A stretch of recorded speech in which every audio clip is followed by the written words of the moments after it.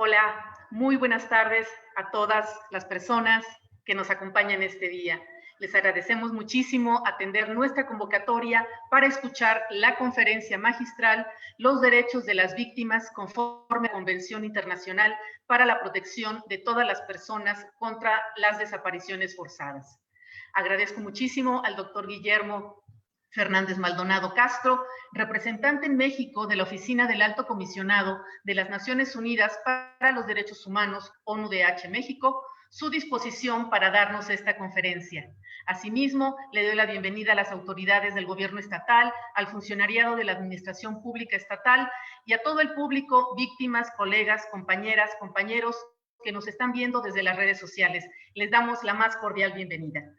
Para inaugurar este evento, le daremos el uso de la voz a la doctora Baltrum Martínez Olvera, jefa de la Oficina del Programa de Gobierno y secretaria técnica del Consejo Veracruzano de la Agenda 2030 para el Desarrollo Sostenible. Muchas gracias, doctora. Adelante. ¿Qué tal? Muy buenas tardes.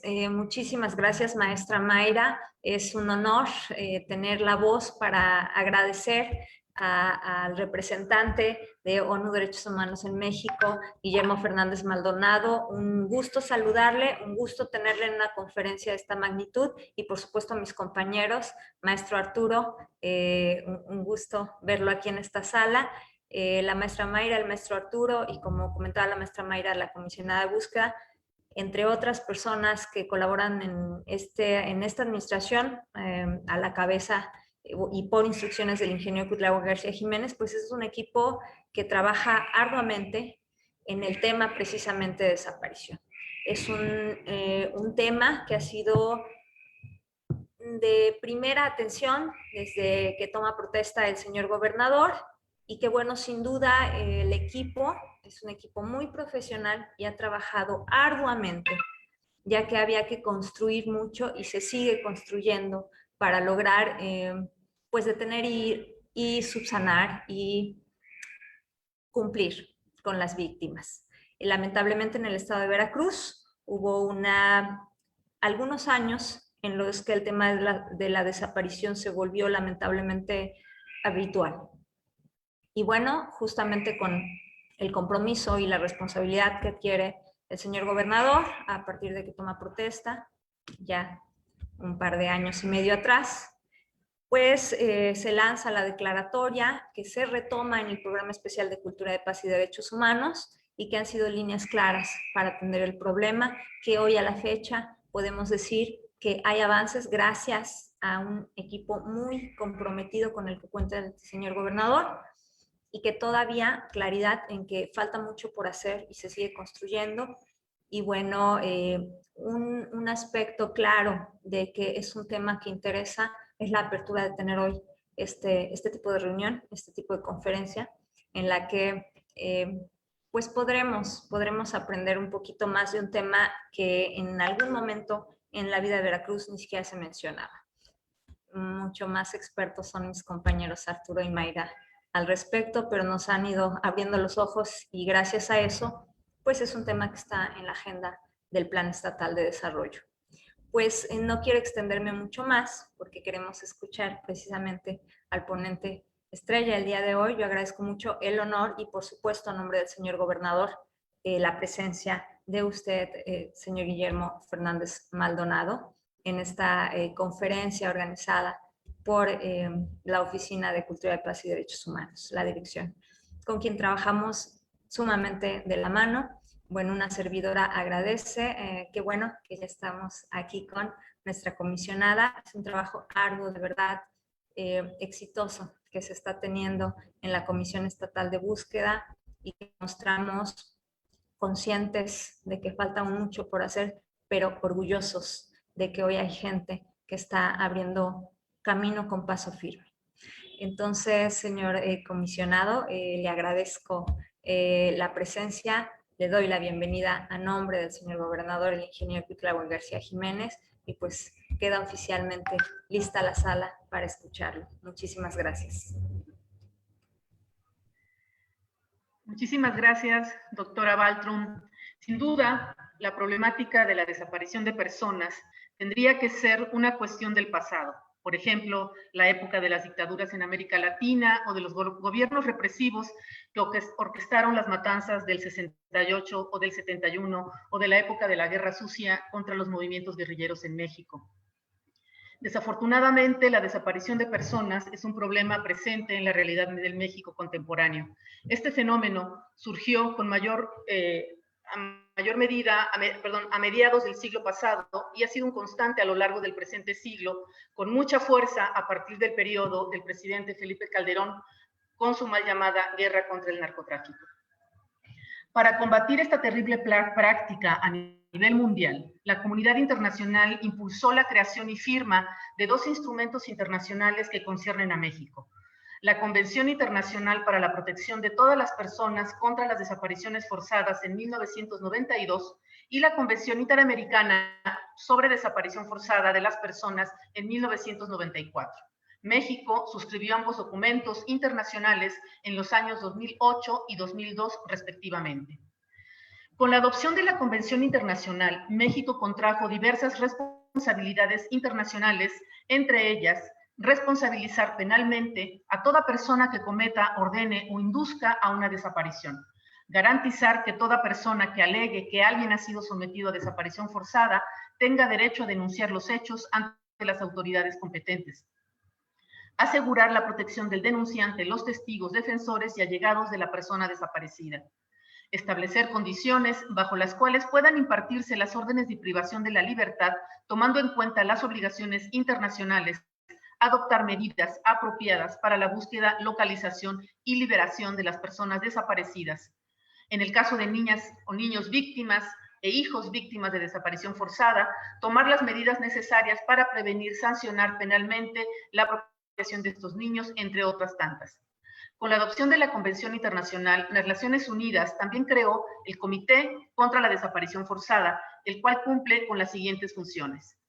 Se encarga de recibir y examinar peticiones sobre casos individuales de desaparición forzada. Realiza visitas a los estados. En caso de recibir información de una práctica sistemática y generalizada de la desaparición forzada, el comité podrá llevar la cuestión con carácter urgente a la Asamblea General de las Naciones Unidas para su consideración, entre otras tantas consideraciones. En este sentido, cumplir con las obligaciones por la Convención Internacional y colaborar con el Comité contra la Desaparición Forzada constituye el gran reto del gobierno mexicano en sus 3 niveles de gobierno para erradicar este terrible mal que acecha a nuestra sociedad. Consciente y preocupado de esta problemática tan grave, el gobernador constitucional del estado de Veracruz, ingeniero Cuitláhuac García Jiménez, emitió el 1 de diciembre del 2008 la declaratoria del Programa Emergente para atender las violaciones de derechos humanos en materia de desaparición de personas en el estado de Veracruz de Ignacio de la Llave.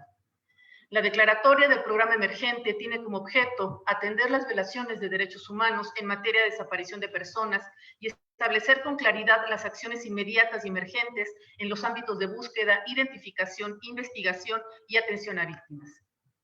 En tal sentido, el interés primario es visibilizar y reconocer el problema público y colocar en el centro de atención los derechos humanos de las personas, partiendo de la premisa que esos derechos deben ser garantizados en cualquier circunstancia y bajo una perspectiva diferencial y especializada. A partir de lo anterior, el objetivo es establecer el plan de acción integral de ayuda, atención, asistencia y protección, acceso a la justicia, a la verdad y a la reparación de las víctimas en el estado de Veracruz por violaciones de derechos humanos en materia de desaparición de personas, así como atender las recomendaciones por violaciones y violaciones graves a derechos humanos contra el estado de Veracruz. En el marco de esta declaratoria, se conforma así la Dirección General de Cultura de Paz y Derechos Humanos, adscrita a la Secretaría de Gobierno, con las atribuciones de desarrollar, coordinar la política pública gubernamental en materia de cultura de paz y derechos humanos. Esta Dirección General da seguimiento a las acciones, medidas, avances de la declaratoria y a su plan de acción en coordinación con las dependencias, organismos que se relacionen con las materias de esta declaratoria. Además, la Dirección General a mi cargo encabeza el Comité Técnico de Desarrollo Humano del Consejo Veracruzano de la Agenda 2030 para el Desarrollo Sostenible, cuyo propósito es coordinar, diseñar, ejecutar, monitorear y evaluar estrategias, programas, acciones, política pública que garanticen el cumplimiento de la Agenda 2030 en Veracruz. El programa bandera del comité que represento es la Estrategia de Coordinación Estatal Cero Tolerancia a la Violencia contra las Mujeres y las Niñas en Veracruz, y que se atiende a 2 de los 9 objetivos de desarrollo sostenible en los que está comprometido el Estado de Veracruz. El de igualdad de género y el objetivo de desarrollo sostenible número 8, trabajo decente y crecimiento económico, en el cual participan diversas secretarías de despacho. La circunstancia financiera institucional que encontramos cuando asumimos este gobierno fue de una ausencia total a esta problemática. Creemos que hemos avanzado y hemos puesto los primeros cimientos para atender la emergencia humanitaria que encontramos en Veracruz. Falta, sin embargo, mucho trabajo por hacer. Es un trabajo que está situado en el corto, mediano y largo plazo, por lo que la observancia a este lancerance delito por parte de organismos como la Oficina de la Alta Comisionada para los Derechos Humanos de la ONU es para nosotros fundamental. Es por ello que es un gusto introducir al doctor Guillermo Fernández Maldonado Castro, representante en México de la Oficina de la Alta Comisionada de las Naciones Unidas para los Derechos Humanos. Les voy a hacer una breve reseña curricular del doctor. El doctor Guillermo Fernández es peruano de nacimiento. Estudió Derecho en la Pontificia Universidad Católica de Perú, la maestría en Administración Pública en el Instituto Nacional de Administración Pública y el doctorado en Derecho en la Universidad Alcalá de Henares. Desde el 21 de septiembre del 2020, funge como representante en México de la Oficina de la Alta Comisionada de las Naciones Unidas para los Derechos Humanos. Fue representante adjunto de la oficina en Colombia, en la ONUDH, desde octubre de 2014 hasta que llega a México para hacerse cargo de este país. Anteriormente fue asesor también de Derechos Humanos del Sistema de Naciones Unidas en Ecuador de 2007 a 2014. Asimismo, se desempeñó como subdirector de la Unidad de Derechos Humanos en la misión de las Naciones Unidas para Afganistán entre 2004 y 2007, y ocupó diversos puestos de responsabilidad en la misión de la ONU para Guatemala en 1995 y 2003. De 92 a 95, laboró en la Comisión de la Verdad y la Misión de Observadores de la ONU en El Salvador. En Perú, trabajó en el Senado de la República como asesor legal principal del Comité de Relaciones Exteriores y asesor de la Comisión Especial sobre las causas de la violencia y alternativas de pacificación en Perú entre 1982 y 92. Ha sido profesor en la Facultad de Derecho de la Pontificia Universidad Católica del Perú, profesor invitado del Instituto Nacional de Administración Pública y en la Universidad de Alcalá de Henares, España, así como de la Universidad Andina Simón Bolívar de Ecuador. Bienvenido, estimado doctor Guillermo Fernández. Adelante, le damos el uso de la voz. También quiero avisarles a las personas que nos están mirando por las redes sociales, compañeras, colegas, si al final tienen algún comentario, alguna pregunta al doctor, pues con mucho gusto se la haremos llegar y se las leeremos aquí para que pueda establecerse algún tipo de diálogo con ustedes. Muchas gracias y adelante. Bueno, muchísimas gracias. Un agradecimiento al gobierno del Estado de Veracruz, particularmente a la Dirección General de Cultura de Paz y Derechos Humanos por esta atenta invitación a nuestra oficina para participar en esta conferencia. Como saben, para nosotros como oficina es muy importante poder participar en estos espacios virtuales con las familias de personas desaparecidas, con las autoridades, con el público que está interesado, sensibilizado con el tema. Porque es parte esencial de nuestro mandato el promover la vigencia plena de los derechos humanos. Pero además porque tenemos un especial compromiso precisamente con quienes tienen un ser querido desaparecido en el país. Ya desde la reforma de Naciones Unidas, el embajador Brahimi señalaba que Naciones Unidas no es neutral en temas de derechos humanos. Es imparcial, es independiente, pero no da el mismo trato a los perpetradores que a las víctimas. Y ahora vamos a tratar el tema de derechos de las víctimas conforme a la Convención Internacional para la Protección de todas las personas contra las desapariciones forzadas, que consideramos que es muy importante por la realidad de México, que a diferencia de otras situaciones, no se trata de un fenómeno del pasado, no es parte de una justicia transicional, es algo que está en el pasado y sigue ocurriendo hoy, y que, según cifras oficiales, pues estamos sabiendo que hay un subregistro. En cifras oficiales estamos hablando de 80,000 personas en esa situación. Pero antes de entrar al tema propiamente dicho, yo quisiera subrayar 3 ideas como para enmarcar y poder aterrizar bien. La primera, los derechos humanos no es una utopía, no es una especie de anhelo que está un poco al final del horizonte, es lo máximo que se puede alcanzar. Los derechos humanos, por lo menos del ámbito internacional, es lo mínimo. Es la barrera mínima que todo ser humano necesita disfrutar para tener una vida digna. Entonces no pensemos como que los derechos humanos es algo que se va a alcanzar. No, tienen un sentido de urgencia. Todas las personas que no tienen garantizados sus derechos no están teniendo una vida digna. La segunda idea es, ya no hay que tener la idea tradicional de que los derechos humanos eran una especie de barrera, de límite a la acción del Estado para proteger nuestros derechos. Y el Estado era siempre el presunto sospechoso de violarlo. La visión moderna de concebir al Estado es un Estado garante.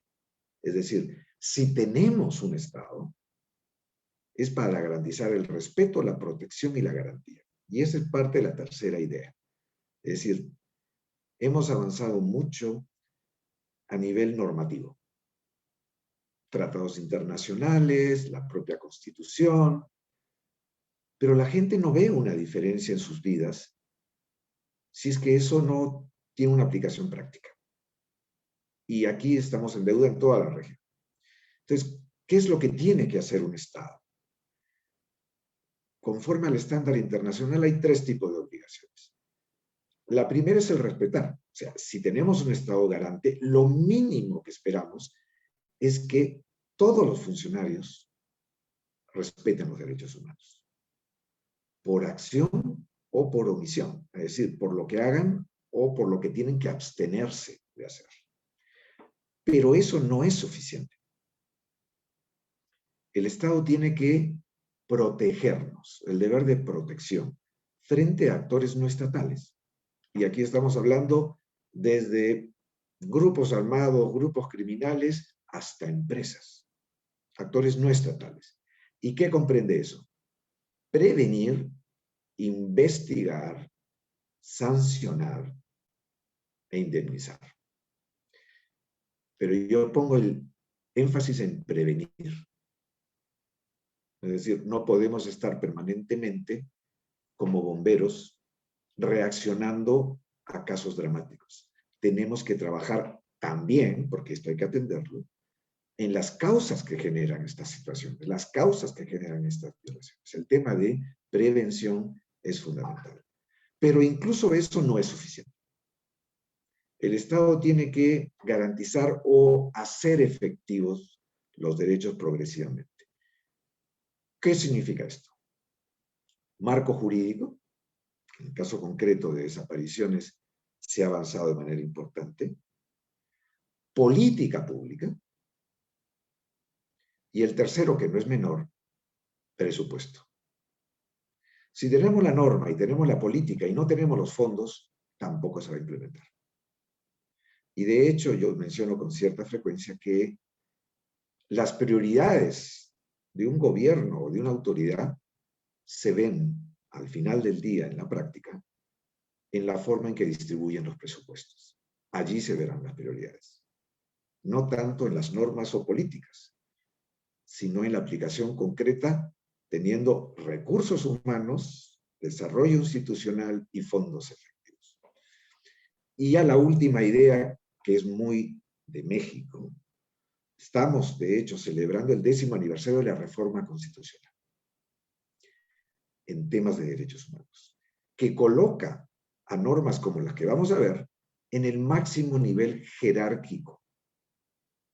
No hay norma más importante que la Constitución, y en el caso de México, los tratados internacionales de derechos humanos tienen el nivel constitucional y además forman parte de lo que internacionalmente normalmente se entiende como el bloque constitucional. Es decir, no solo tienen prioridad jerárquica, sino que las normas que se lo pongan deberían ser expulsadas del sistema normativo. Así es la fuerza que tiene. Pero como hemos visto, si eso no se aplica, pues la gente no nota la diferencia. Y además la norma constitucional reformada habla del principio pro persona. ¿Qué significa esto? Que a la hora de efectivamente aplicar alguna norma, hay que buscar la norma que da mayor protección. Entonces, con este marco aterricemos y podemos ver con más contexto, digamos, lo que pasa. Entonces, vamos a tratar de abarcar dos ejes. El primero, un recorrido breve por los derechos de las víctimas que reconoce la Convención Internacional para la Protección de todas las personas contra las desapariciones forzadas. Y luego, en un segundo eje, una segunda parte, las rutas y acciones que tienen las víctimas, en el caso de México, ante los mecanismos de protección que contempla la Convención Internacional. Y vamos a poner énfasis en las acciones urgentes y peticiones individuales, además que hay una muy reciente sentencia que establece que estas acciones urgentes son obligatorias para todas las autoridades en México.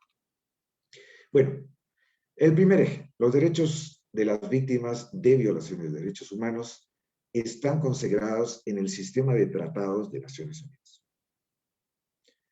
Estos tratados, digo, con el máximo nivel normativo en México, establecen una serie de normas para la protección y promoción de los derechos humanos, tanto civiles, políticos, económicos, sociales y culturales, individuales, colectivos.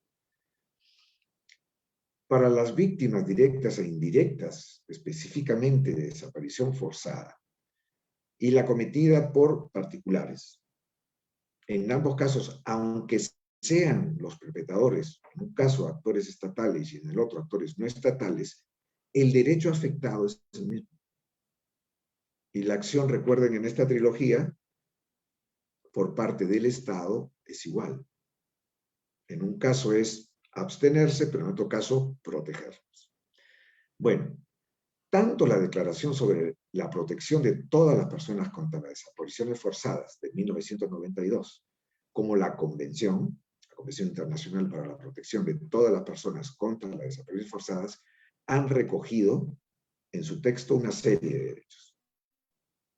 En el preámbulo de la Convención Internacional se menciona de manera conjunta, y cito, el derecho de toda persona a no ser sometida a una desaparición forzada, pero también el derecho de las víctimas a la justicia y a la reparación.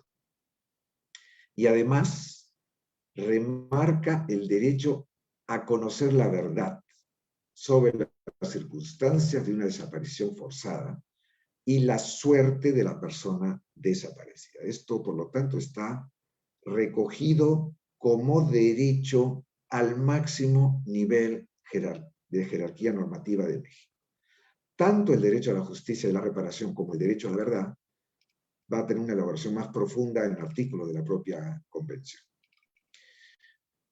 Para conocer los derechos de las víctimas es necesario que se revise con detalle el artículo 24 de esta Convención Internacional. porque ahí se contemplan 4 puntos básicos que son muy, muy importantes. El primero, la definición de víctima de desaparición. El segundo, el derecho de las víctimas a conocer la verdad. Este es un aspecto innovador de la Convención. El tercer aspecto, el derecho de las víctimas a la reparación, a ser reparadas por el daño que han recibido. Y en cuarto lugar, la obligación que tienen los estados de adoptar las disposiciones apropiadas en relación con la situación legal de las personas desaparecidas.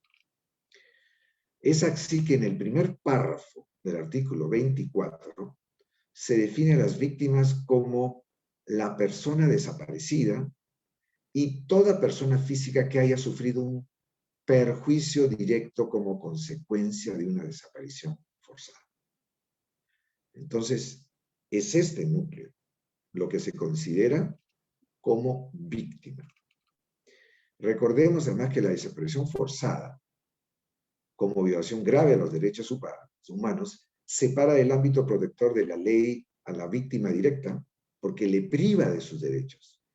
Por ejemplo, el derecho a la seguridad y dignidad personal, el derecho a no sufrir tortura y otros tratos crueles, inhumanos, degradantes, incluso el derecho a no ser privado de la vida. Sin embargo, hay que resaltar que la privación de derechos también se extiende a los familiares y a personas cercanas de la víctima directa de la desaparición, como puede ser el derecho a un nivel de vida adecuado o el derecho a la educación. Por esta razón es que la privación conjunta de estos derechos, los estados que suscriben la Convención Internacional adquieren la obligación de reparar el daño. En el artículo 24 de la Convención, párrafo segundo, se reconocen los derechos de las víctimas a conocer la verdad, como dijimos. La verdad sobre las circunstancias de la desaparición forzada, la evolución y resultados de la investigación y la suerte de la persona desaparecida. Y por lo tanto, cito nuevamente, cada Estado parte tomará las medidas adecuadas a este respecto. O sea, hay libertad para los Estados, conforme a sus realidades y marco normativo, para ver la mejor forma de hacerlo. Pero tiene que hacerlo. La discusión no es el qué. El qué está en la norma de máxima jerarquía. Lo que podemos ver es cómo. ¿Cuál es la mejor forma que esto se plasme en medidas adecuadas para acceder a esta verdad? La Convención Internacional, en este sentido, es un tratado innovador.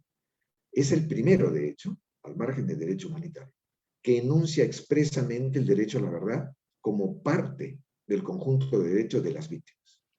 En este sentido, es posible observar en la redacción que el derecho de las víctimas a conocer la verdad supone la vinculación entre la investigación y la búsqueda en los casos. Entonces, cuando escuchamos estas demandas de los familiares de saber el destino de sus seres queridos, de participar en las investigaciones y búsquedas, estamos escuchando no otra cosa que el cumplimiento de la ley. Eso ya está reconocido. Además, el artículo 24 establece otros derechos de las víctimas, tanto de la persona desaparecida y de las personas físicas que sufrieron un perjuicio directo, como es el derecho a la reparación y a una indemnización rápida, justa y adecuada. Más específicamente, en el párrafo cuarto y quinto de este artículo, el derecho a la reparación comprende, y cito textualmente, todos los daños materiales y morales, y en su caso, otras modalidades de reparación, tales como la restitución, readaptación, la satisfacción, incluido el restablecimiento de la dignidad y la reputación, y las garantías de no repetición. Ahora hay un estándar internacional muy vinculado con justicia transicional, pero que vemos que aterriza en estos temas, que son 4 aspectos indisolubles. No se puede elegir uno u otro. Son 4 indisolubles, que es verdad, justicia, reparación y garantías de no repetición, que aquí está mencionado expresamente. Por último, el artículo 24, en su párrafo sexto, menciona la obligación de los estados de garantizar disposiciones apropiadas en relación con la situación legal de las personas desaparecidas, cuya suerte no haya sido esclarecida, y de sus allegados en ámbitos tales como la protección social, las cuestiones económicas, el derecho de familia, los derechos de propiedad. Y esto no está hecho en el aire, ¿no? No es una propuesta, como decíamos, 4x4 de 4 técnicos entre 4 paredes, sino que responde a realidades concretas. Responde a problemas que se han observado en la realidad y que afectan a las víctimas y familiares de las personas desaparecidas. De esta forma, y recapitulando la primera parte, los derechos de las víctimas se ven contemplados específicamente en el artículo 24 de la Convención Internacional para la Protección de todas las personas contra las desapariciones forzadas. La definición de víctima incluye, como dijimos, una perspectiva ampliada, pues no solo son las víctimas directas de los hechos, sino también sus familiares y personas cercanas. Igualmente, los derechos de las víctimas suponen una interrelación entre las medidas que adopten los estados para garantizar búsquedas e investigaciones efectivas y aquellas adoptadas para garantizar la reparación del daño de las víctimas directas y también de sus allegados. Esta reparación implica el reconocimiento de que se han vulnerado una serie de derechos civiles y políticos, pero también derechos económicos, sociales y culturales. Lo anterior, por lo tanto, debe traducirse en el diseño e implementación de mecanismos y políticas que involucren a diferentes actores y procesos que deben desarrollarse de forma simultánea. Pero además en que los estados no puedan condicionar los derechos de las víctimas o garantizarlos de forma parcial. Es decir, los estados no pueden omitir la participación de las víctimas en la investigación de los hechos ni otorgar la reparación material sin continuar con la búsqueda de la persona desaparecida. En el caso de México, la garantía de los derechos de las víctimas de desaparición por particulares y desaparición forzada ha registrado avances. Y hay que reconocerlo. Los propios órganos de tratados y los procedimientos especiales de Naciones Unidas, como es el caso del Comité contra la Desaparición Forzada y el Grupo de Trabajo sobre las Desapariciones Forzadas o Involuntarias, respectivamente, han reconocido los aspectos positivos que se han alcanzado. Por ejemplo, la publicación de la Ley General de Víctimas en 2013 y la redacción de su artículo 7 sobre los derechos de las víctimas. Posteriormente, la publicación en 2017 de la Ley General en materia de desaparición forzada y desaparición cometida por particulares. Y los artículos contemplados sobre los derechos de las víctimas en su capítulo 4. De manera que no solo tenemos la norma internacional, sino que tenemos la norma nacional.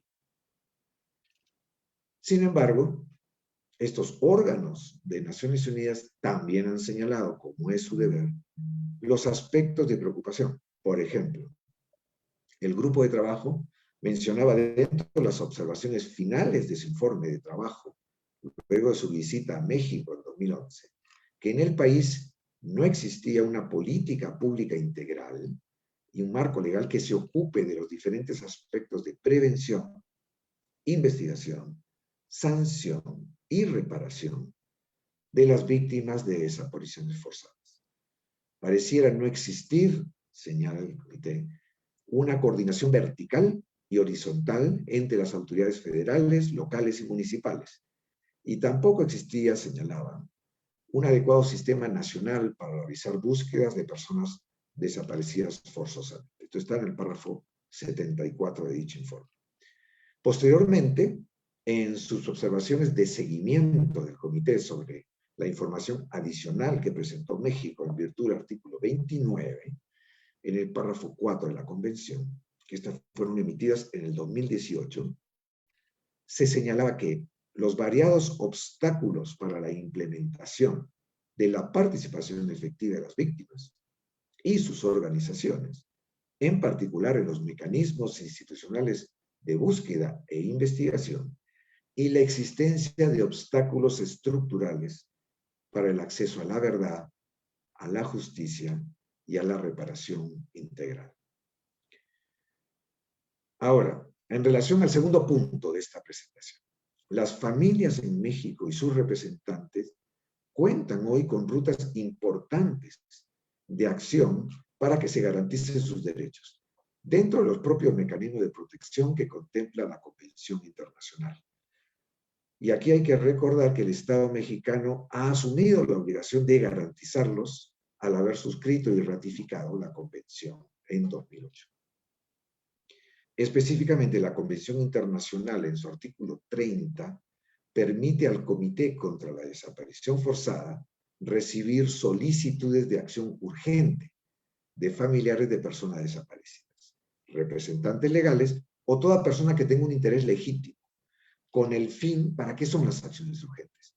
Con el fin de solicitar al Estado mexicano que busque y localice a un ser querido que se encuentra desaparecido.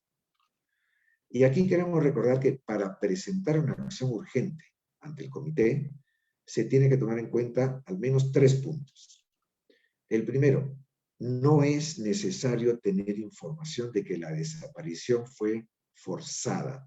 En término internacional significa que hubiesen participado autoridades o funcionarios del Estado. No es necesario que haya una información al respecto. 2, cuando existe esta posibilidad, haber presentado denuncia o reporte de búsqueda ante autoridades del Estado.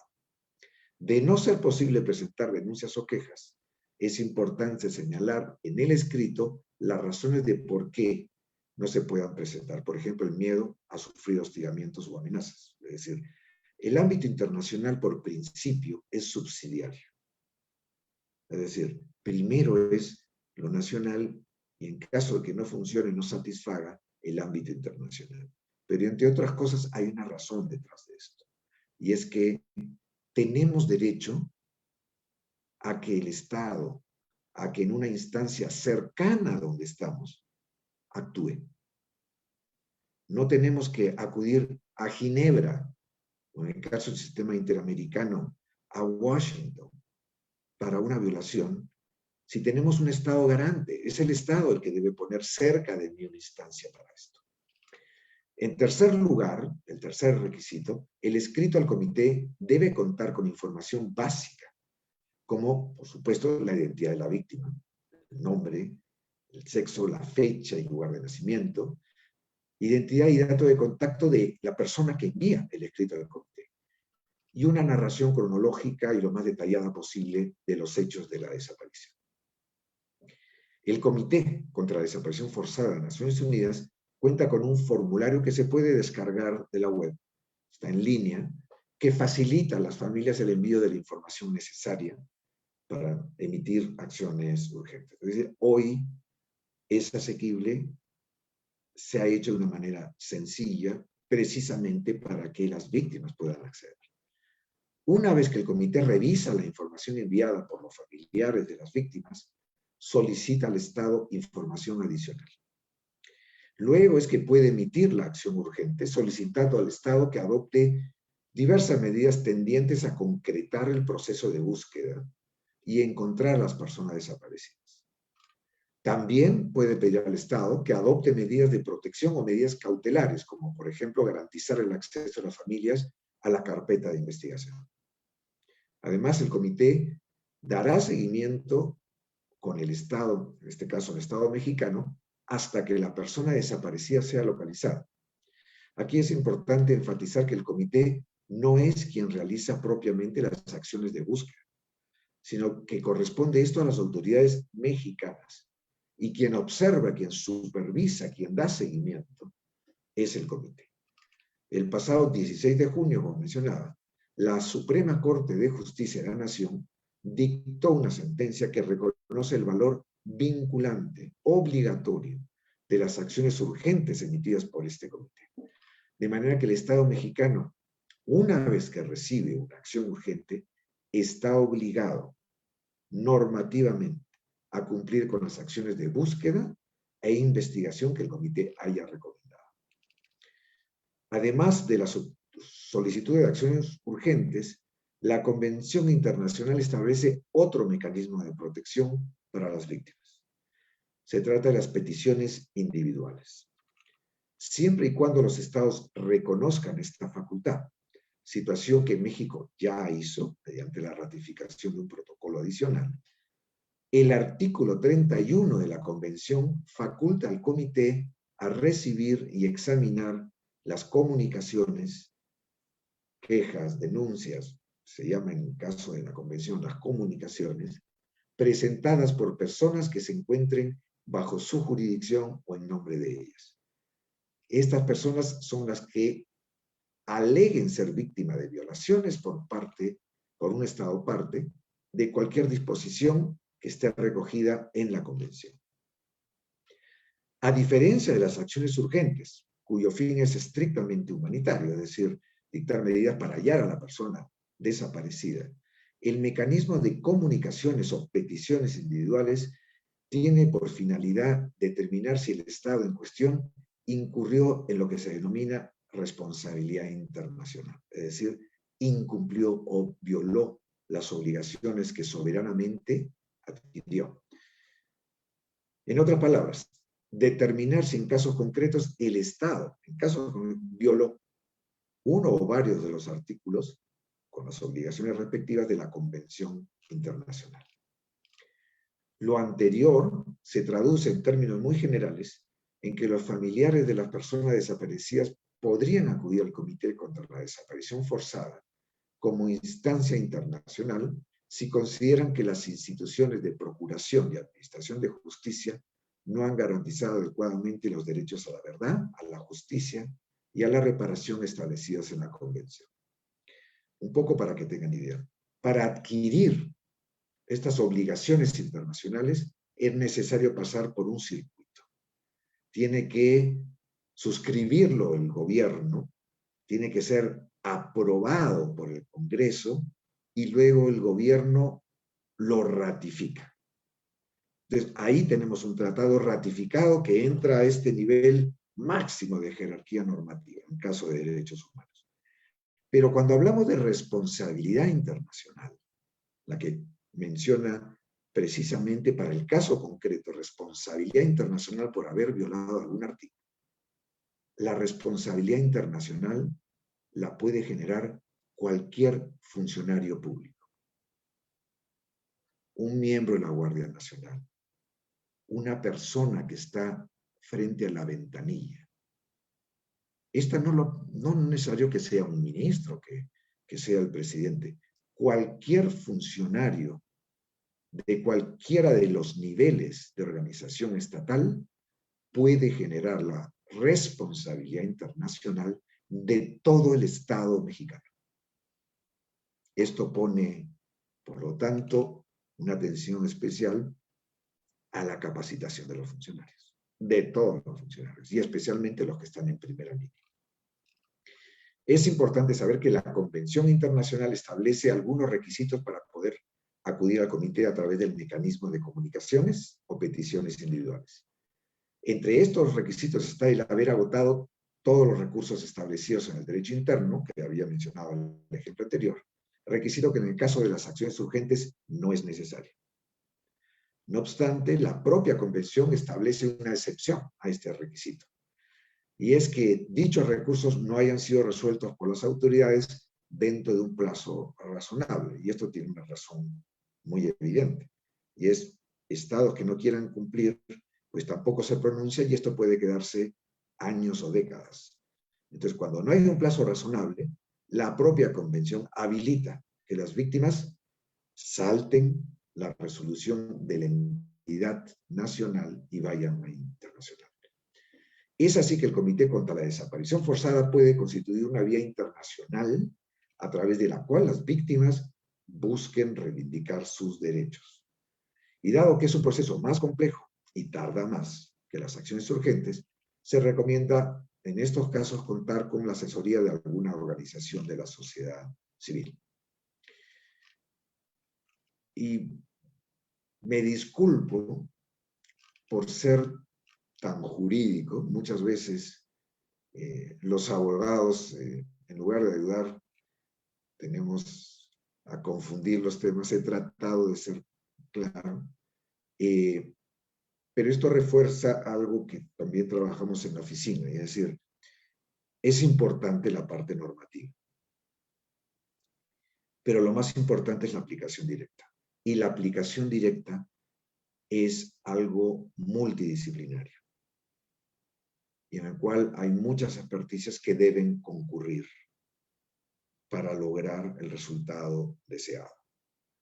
Yo espero haber contribuido con esto y quiero además en este sentido, recordando de que el qué está más o menos claro y que el reto es el cómo, el reiterar nuestra plena disposición de acompañar los procesos de las familias, de las organizaciones, de la academia y de los gobiernos en todos los niveles, y en este caso del gobierno de Veracruz, para que los derechos de las víctimas de desaparición y desaparición forzada se logren garantizar de la manera más efectiva.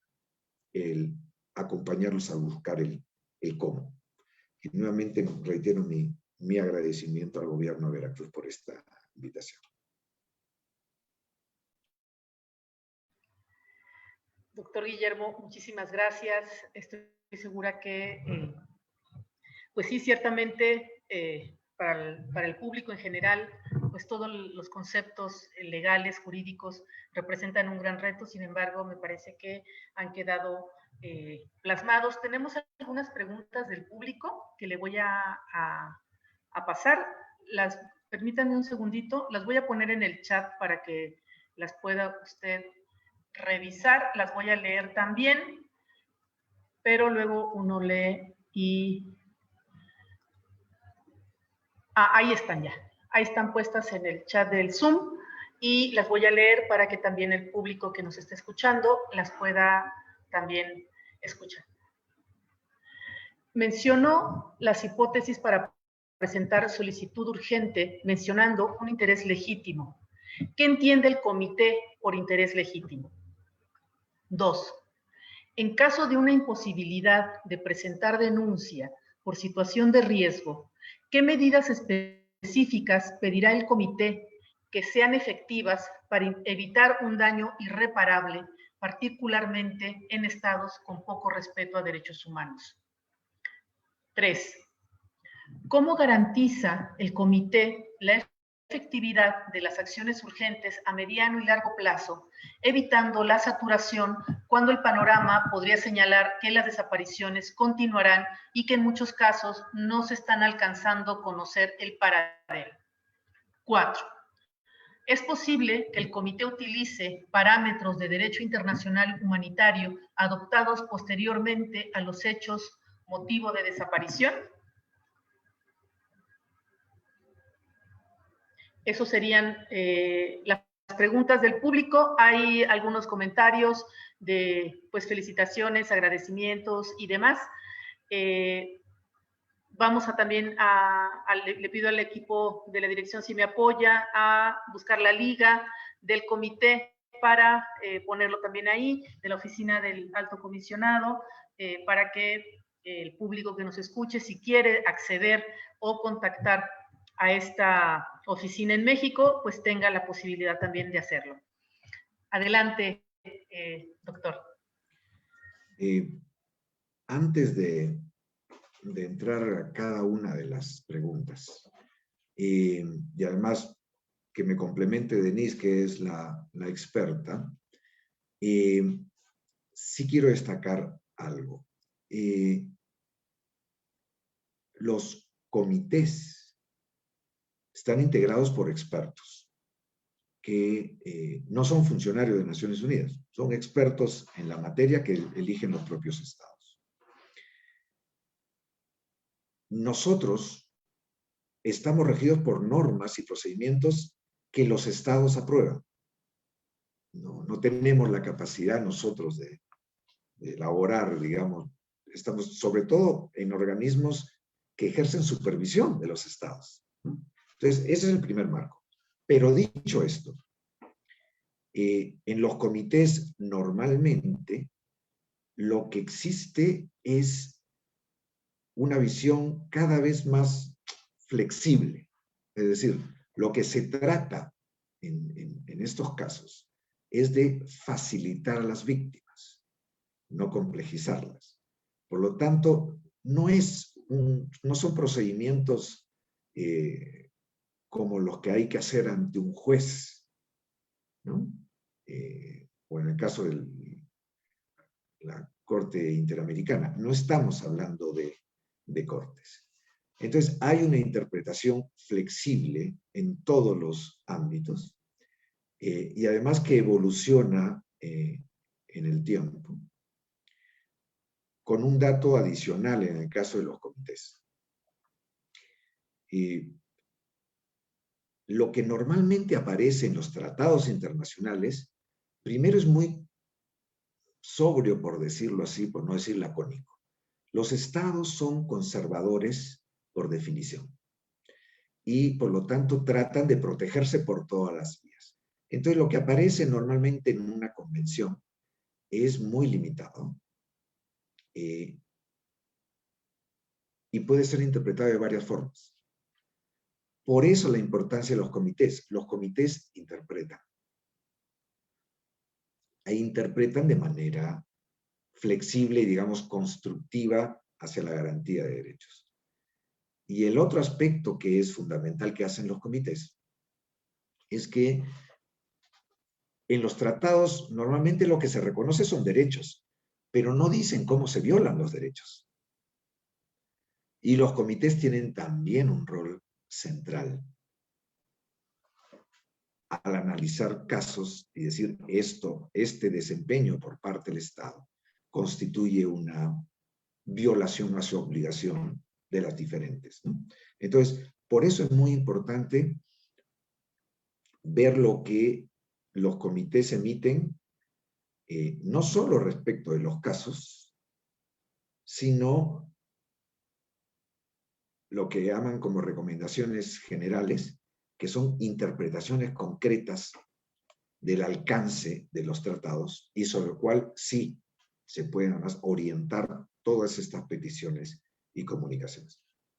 Entonces, en el caso de la primera pregunta, y ahí Denise que me complemente, evidentemente todos los familiares tienen un interés legítimo. Y, por supuesto, con sentido flexible. Es decir, no es que tenga que presentar partida de matrimonio, porque hay un reconocimiento que hay una enorme cantidad de personas que tienen una unión de hecho. Es decir, no tengan en el imaginario que se está ante un juez que les va a llenar de exigencias y requisitos. Se trata de una instancia de protección de derechos y particularmente protección de víctimas. Entonces, en la medida en que se pueda demostrar que había un nexo con la víctima, hay la posibilidad de actuar.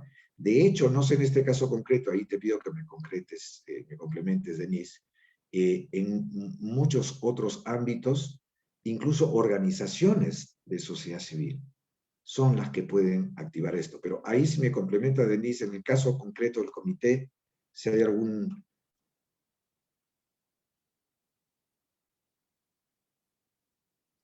Sí, claro, con mucho gusto. En relación aprovechando para complementar las primeras dos preguntas, el comité, la Convención Internacional, por fortuna, ejemplifica qué entiende por interés legítimo.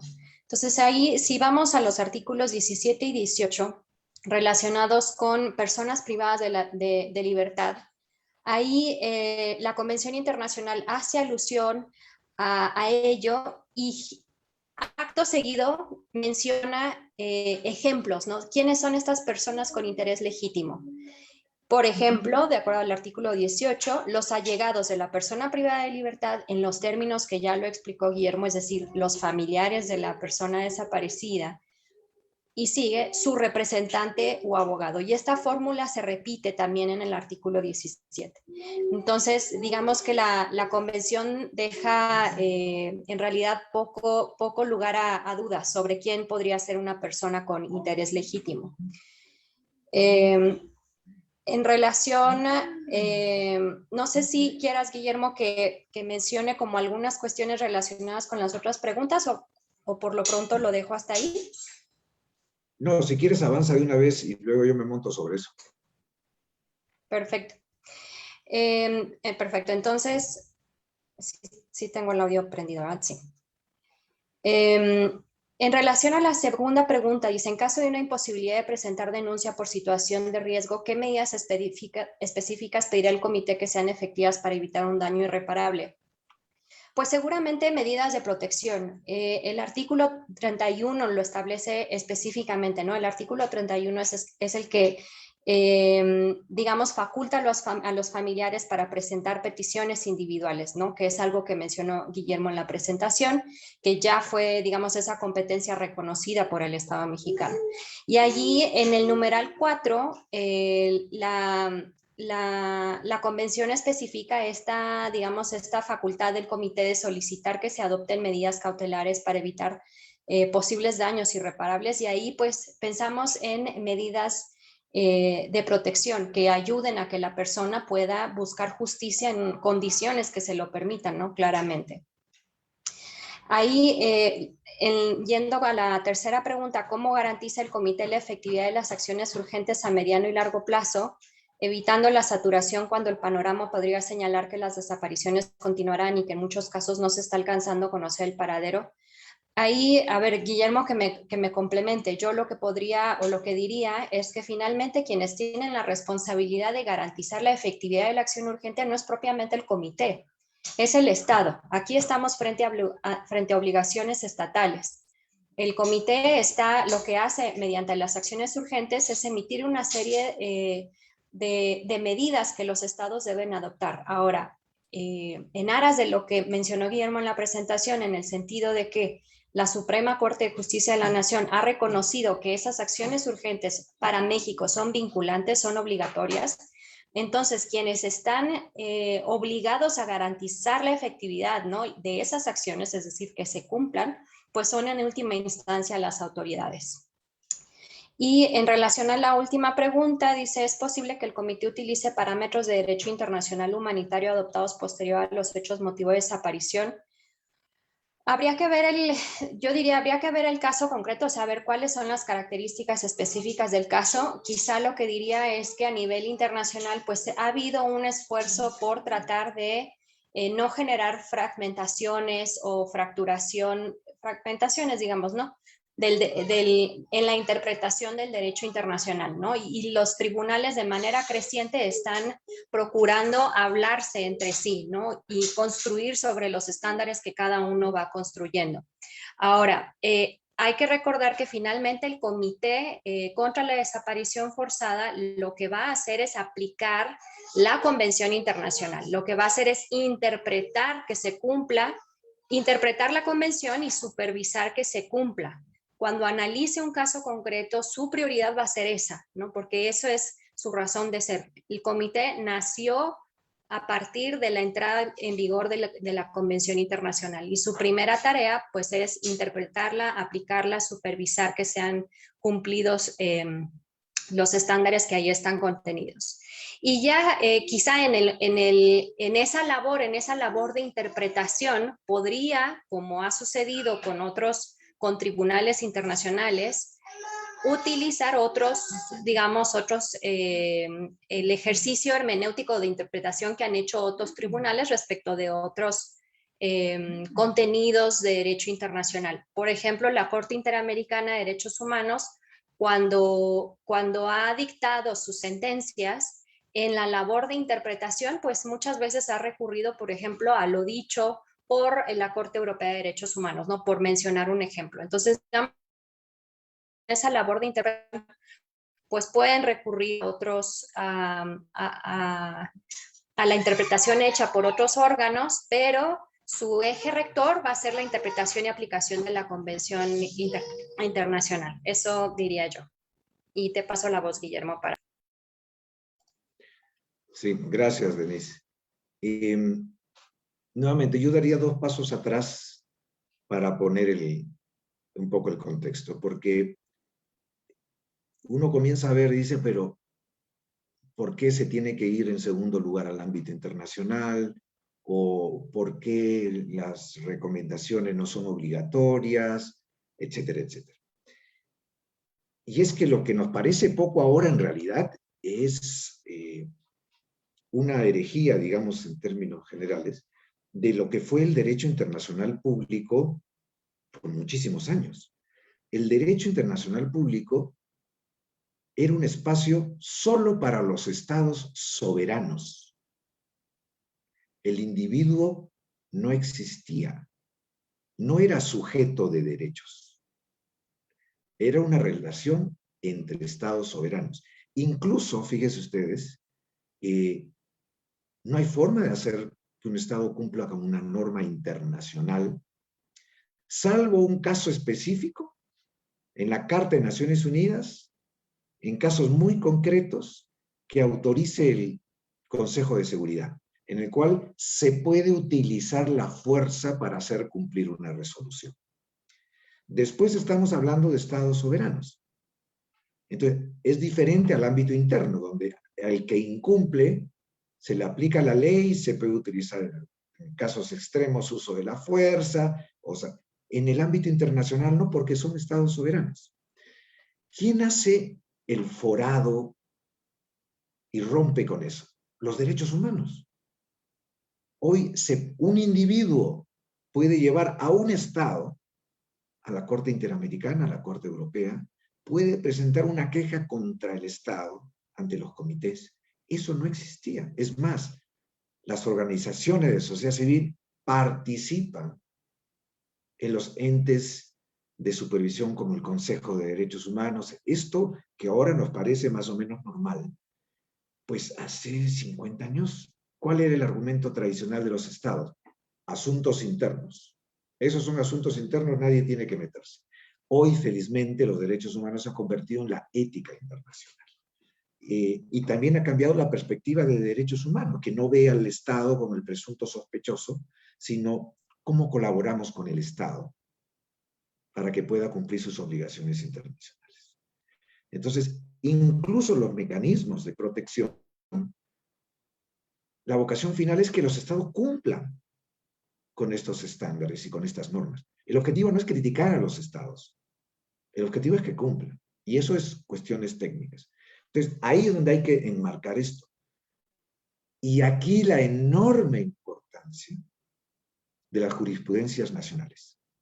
Y hay varios casos. El último que acabamos de mencionar de la Suprema Corte respecto a la obligatoriedad de estas acciones urgentes. Podemos ver casos de jurisprudencia en Colombia, en otros países, que es desde ese ámbito que también se interpreta y se dice, no, señor Estado, usted tiene que cumplir esto. No es solamente algo que puede tomar en cuenta y ya vemos si cumplo o no cumplo. Entonces, digamos, este es el sentido de progreso.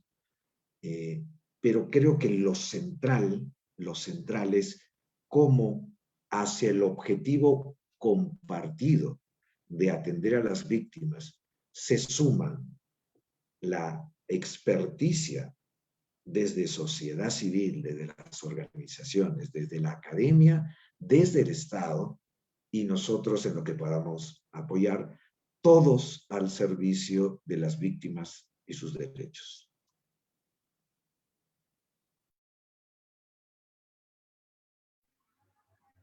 Muchas gracias, doctor Guillermo Fernández. Tenemos algunos comentarios aquí que vamos a pasarle. Muchas felicidades, doctor Guillermo Fernández, excelente conferencia. Margarita Muñoz Limones. Yolanda MC, es una labor muy importante dar a conocer los derechos de las víctimas para que todas y todos sean capaces de ejercerlos y construir una sociedad de paz y justicia. Norma Tobón, excelente día del Instituto Municipal de las Mujeres Jalapa presente. por la justicia y el derecho a la verdad, así como las garantías de no repetición para las víctimas directas e indirectas. Saludos y protección a las víctimas potenciales. Más comentarios de agradecimiento, de felicitaciones, y le vamos a dar la voz también a un comentario que quiere hacernos el compañero Arturo Márquez, asesor en Derechos Humanos de la Oficina del Gobernador. Adelante, Arturo, para antes de ya ir cerrando el evento. ¿Sí me escuchan?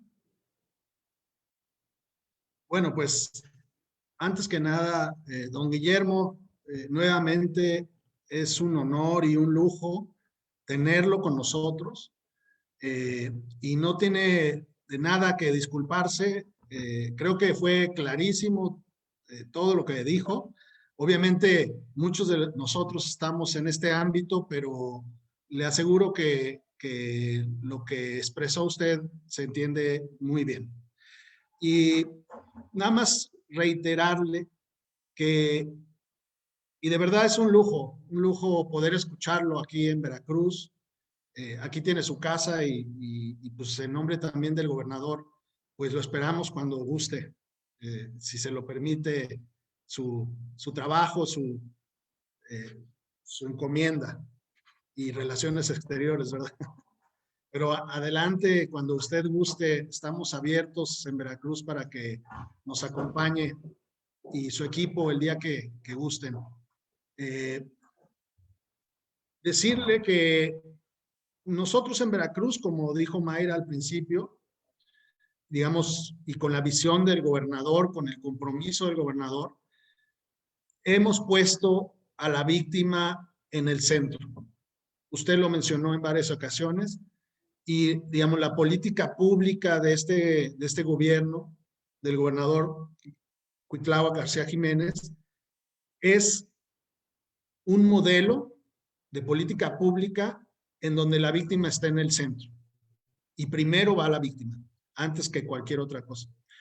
A partir de ahí, bueno, ya ustedes saben todo lo que hemos estado intentando y hacer a favor del cumplimiento de los compromisos y de los tratados internacionales, pero también de la legalidad, de la nueva legalidad nacional y local.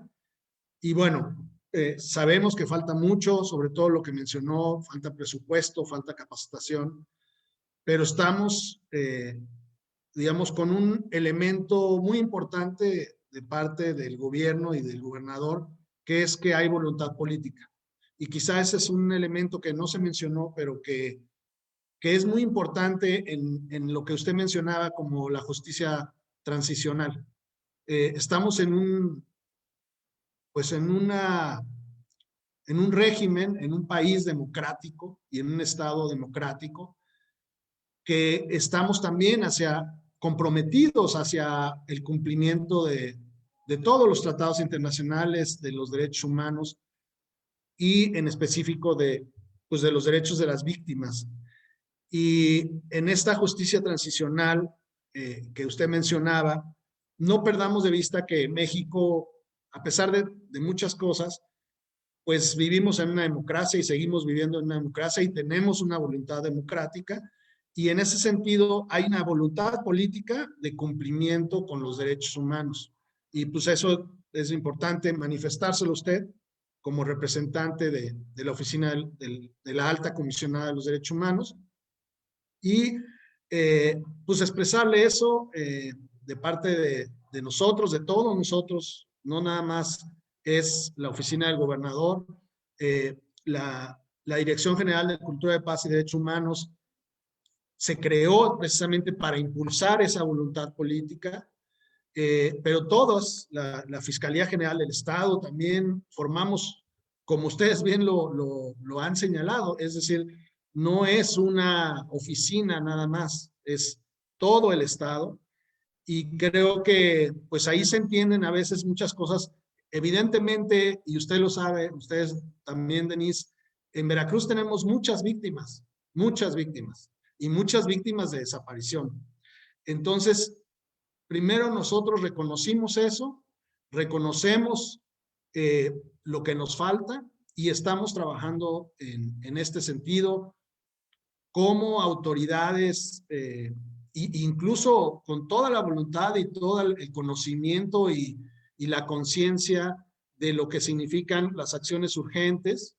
Y cuando decía Denise, todas las autoridades, no nomás es el Estado mexicano federal, es todas las autoridades estatales y municipales. Entonces somos un equipo en Veracruz que estamos con la mayor voluntad de un cambio, de una transición y del respeto a los derechos plenos humanos. Gracias, don Guillermo, de verdad un honor tenerlo en de esta forma en Veracruz. Gracias. Muchas gracias. Muchas gracias. Muchas gracias, Arturo. Sin lugar a dudas, los retos que tenemos en Veracruz son inmensos. Y creo que justamente lo que toca es consolidar las instituciones.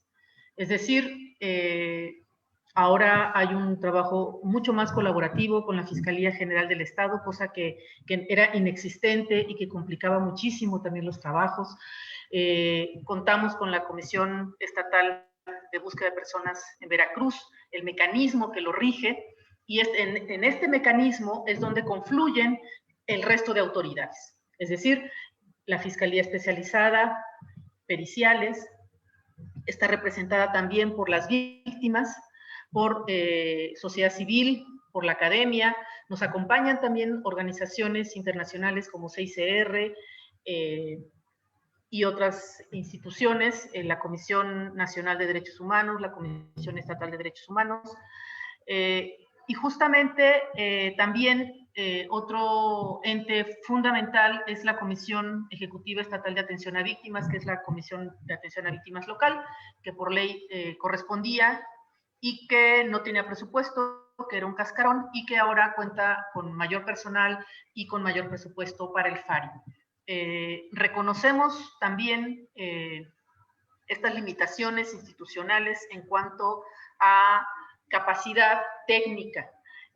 Parte del problema y que forma parte pues de la elaboración de esta declaratoria es que hay recursos humanos que no existían en México y entonces hubo que empezarlos a generar y a gestar y esto obviamente pues es algo que se va construyendo poco a poco y que requiere un fortalecimiento institucional y un tejido fino también en el entramado entre las relaciones de coordinación entre las instituciones. Creo que en Veracruz, a pesar de pues, los rezagos que puedan existir y del esfuerzo que se hace, creo que existe un ambiente de colaboración, lo cual es central.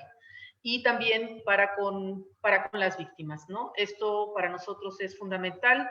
El ingeniero Cuitlahua García Jiménez tiene una relación directa también con las familias que por la pandemia ahora pues bueno no se han podido realizar, pero en cuanto se pueda se van a volver a hacer y mientras las instituciones pues nos toca seguir comentando y seguir trabajando de la mano y estamos muy atentos también a las recomendaciones, a las observaciones que los organismos internacionales nos hagan. Somos respetuosos de ellas, estamos convencidas y convencidos de que además ese es el camino.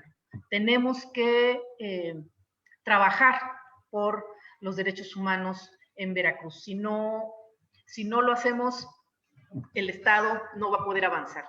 También quiero hacer de su conocimiento a quienes nos están escuchando a través de la página por Facebook Live, que hemos puesto las ligas de la oficina de la Alta Comisionada de México para que usted también pueda consultar ahí la información, tenga más acceso a la información. También hemos compartido la liga del micrositio de la Dirección de Cultura de Paz y Derechos Humanos, donde usted puede encontrar también mucha información y materiales en materia de derechos humanos y en materia particularmente de desaparición de personas. Contamos con, pueden de ahí también bajar los trípticos. Hemos realizado una serie de 13 trípticos donde se explica con mucha claridad las necesidades y los derechos de todas. Aquí se está poniendo a cuadro, muchas gracias. Este es el micrositio de la Dirección de Cultura de Paz y Derechos Humanos, y ahí ustedes pueden descargar los trípticos que tenemos. Tenemos uno sobre desaparición de personas, sobre tortura y otros tratos o penas crueles, inhumanas o degradantes, sobre trata de personas. El de la beca especial en derechos humanos, que es una beca, creo que es el único estado que lo tiene, es una beca especial para hijos, hijas, hermanas, hermanos, padres o madres de personas desaparecidas, así como víctimas por feminicidio.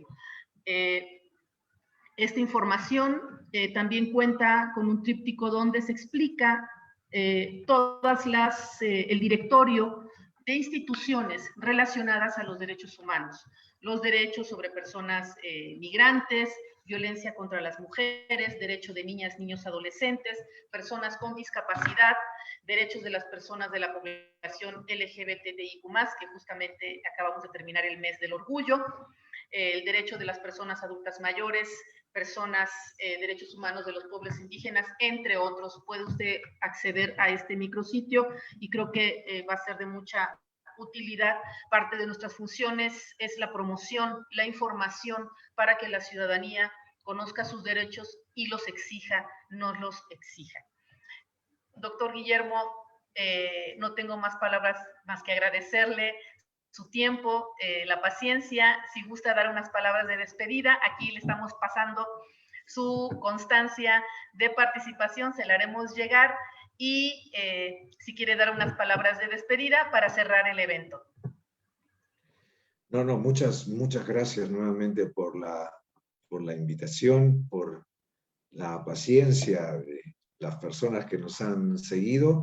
Esperamos sinceramente que haya sido de utilidad, y reiterar igual de nuestro lado la plena disposición de acompañar y brindar la asistencia técnica que sea necesaria para avanzar en esta deuda que tenemos con todas las víctimas.